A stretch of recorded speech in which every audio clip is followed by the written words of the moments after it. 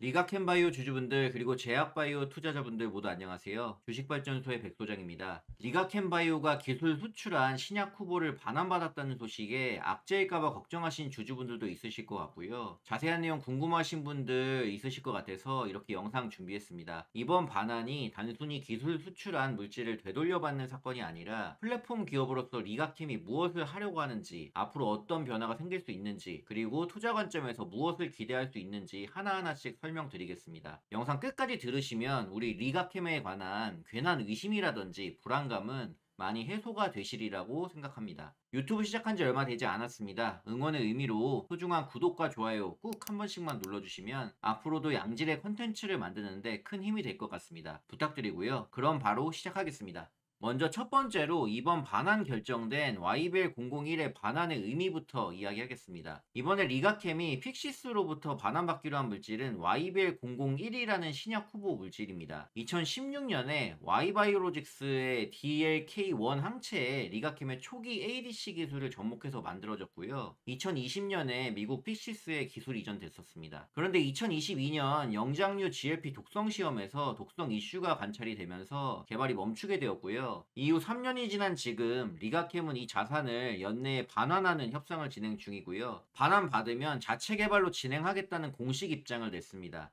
플랫폼 기업 입장에서 반환은 과거 문제를 진화한 플랫폼으로 다시 풀어낼 실험 무대가 됩니다. 그러니까 이번 반환은 리가캠이 자사의 콘듀얼 플랫폼의 최신 버전을 적용해서 예전에 드러난 독성 이슈를 설계 단계에서 해결해 보겠다라는 선언에 가깝습니다. 과거 픽시스가 진행했던 독성 데이터는 실패의 꼬리표라기보다는 앞으로 설계 최적화를 위한 데이터가 되는 거고요. 리가캠은 이 데이터를 참고해서 최신 콘듀얼 플랫폼으로 다시 설계해서 임상에 재도전을 하려는 겁니다. YBL001은 2016년에 개발됐고요. 2020년에 픽시스에 기술 이전됐는데요. 리가캠의 콘주얼 플랫폼의 초기 버전이 쓰였을 가능성이 큽니다. 리가캠의 콘주얼은 2017년에 특허 등록한 이후에 2020년대 들어서 페이로드 독성 조절과 DAR 정밀 제어, 선택적 활성화가 가능한 기술로 진화했습니다. 이후 2022년부터 현재에 이르러서 선택적 방출과 바이스탠더 효과, 페이로드 다변화와 고도화를 통해서 2022년에는 암젠, 23년에는 엘세라, 25년엔 익수다까지 이어지는 대형 파트너십을 따냈습니다. 현재 리가캠이 YBL001을 되찾는 이유는 이전보다 진화한 콘듀얼 플랫폼으로 과거의 독성 이슈를 극복하기 위한 리뉴얼 시도라고 볼 수 있습니다. 결론적으로 반환은 단순 회수가 아니라 업데이트된 플랫폼을 통해서 재설계해서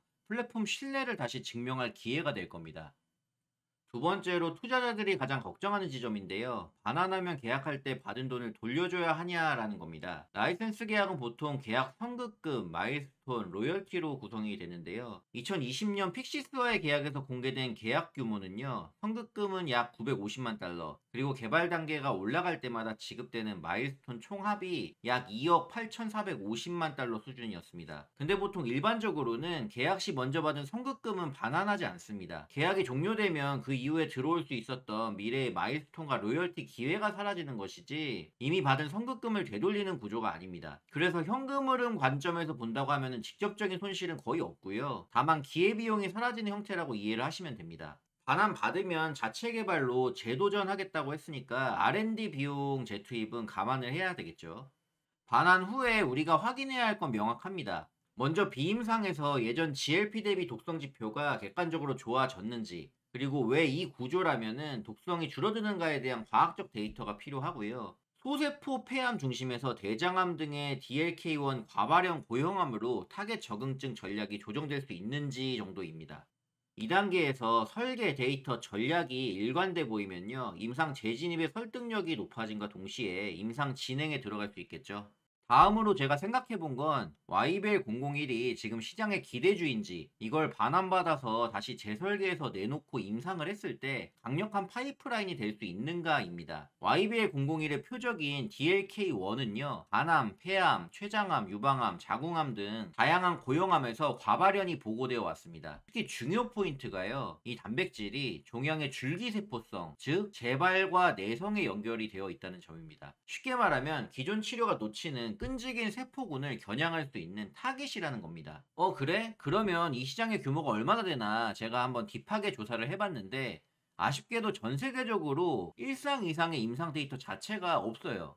국내 리포트고 학회지고 다 찾아봤는데요. DLK1 타겟의 시장 규모가 얼마인지 나오는 리포트는 없었습니다. 헐2나 드롭2처럼 정답지가 있는 타깃과 다르게 임상 검증 데이터 자체가 부족해서 저평가와 낮은 관심 구간에 머물러 있는 상황입니다. 다만 그렇기 때문에 퍼스트 인 클래스 잠재 타깃이 될 수 있고요. 성공 시에 밸류 체인이 크게 점프할 수 있습니다.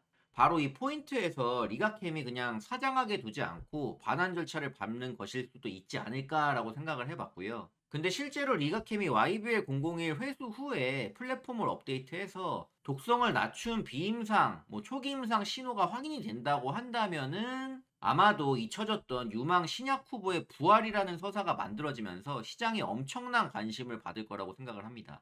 리가켄바이오는 그동안 콘졸 플랫폼을 기반으로 글로벌 제약사들과 여러 건의 협업을 체결하면서 플랫폼 신뢰를 쌓아왔습니다. YBL001의 재개발은 그 신뢰를 DLK1 같은 미개척 타겟으로 확장하는 실전 테스트가 될 것이라고 보는데요. 과거 독성 이슈를 최신화한 플랫폼으로 해결해낸다면 문제를 해결할 능력이 있다는 강력한 증명이 될 것이고, 이전에 픽시스 때 계약 규모보다는 훨씬 더 확대된 계약 규모로 재수출할 수 있을 겁니다. 또한 리가캠의 플랫폼 포트폴리오도 동반적으로 상승시켜주겠죠. YBL001의 성공 시그널이 나온다면 LCB14 등 다른 ADC 파이프라인들의 딜 협상력을 통째로 끌어올려 줄 겁니다.